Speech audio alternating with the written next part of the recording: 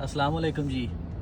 ਮੈਨੂੰ ਨਾ ਜੀ ਇੱਕ ਆਪਣੇ ਮਾਸ਼ਰੇ ਦੀ ਇੱਕ ਮੁਨਾਫਕਤ ਦੀ ਸਮਝ ਨਹੀਂ ਆਉਂਦੀ ਕਿ ਸਾਡੇ ਨਾਨਕੇ ਸਾਡੇ ਮਾਮੇ ਸਦੀਆਂ ਤੋਂ ਸਾਡੀਆਂ ਮਾਵਾਂ ਦੀ ਜਾਇਦਾਦ ਜਿਹੜੇ ਨਾ ਉਹ ਜ਼ਬਤ ਕਰਦੇ ਆ ਰਹੇ ਨੇ। ਉਹਨਾਂ ਨੂੰ ਇਮੋਸ਼ਨਲੀ ਬਲੈਕਮੇਲ ਕਰਕੇ ਉਹਨਾਂ ਦੀਆਂ ਪ੍ਰਾਪਰਟੀਆਂ ਆਪਣੇ ਨਾਲ ਲਵਾਉਂਦੇ ਆ ਰਹੇ ਨੇ। ਲੇਕਿਨ ਇਸ ਚੀਜ਼ ਦੇ ਬਾਵਜੂਦ ਸਾਡੇ ਨਾਨਕੇ ਚੰਗੇ ਨੇ, ਚੰਦਾ ਮਾਮੂ ਹੀ ਹੈ, ਕੋਈ ਚਾਚਾ ਤਾਇਆ ਨਹੀਂ। ਦੂਸਰੀ ਪਾਸੇ ਅਗਰ ਤੁਸੀਂ ਵੇਖੋ ਤੇ ਸਾਡੀਆਂ ਪੁੱਫੀਆਂ ਜਿਹੜੀਆਂ ਨੇ ਉਹ ਹਮੇਸ਼ਾ ਹੀ ਆਪਣੀ ਜਾਇਦਾਦ ਆਪਣੇ ਭਰਾਵਾਂ ਨੂੰ ਦਿੰਦੀਆਂ ਆ ਰਹੀਆਂ ਨੇ। ਲੇਕਿਨ ਉਸ ਚੀਜ਼ ਦੇ ਬਾਵਜੂਦ ਜਿਹੜੀਆਂ ਪੁੱਫੀਆਂ ਨੇ ਉਹ ਮਾੜੀਆਂ ਨੇ, ਉਹ ਲੜਾਈਆਂ ਕਰਾਉਂਦੀਆਂ ਨੇ, ਉਹ ਚੰਗੀਆਂ ਨਹੀਂ।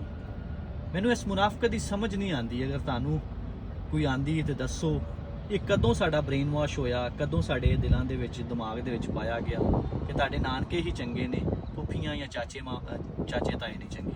ਬਹੁਤ ਸ਼ੁਕਰੀਆ ਜੀ।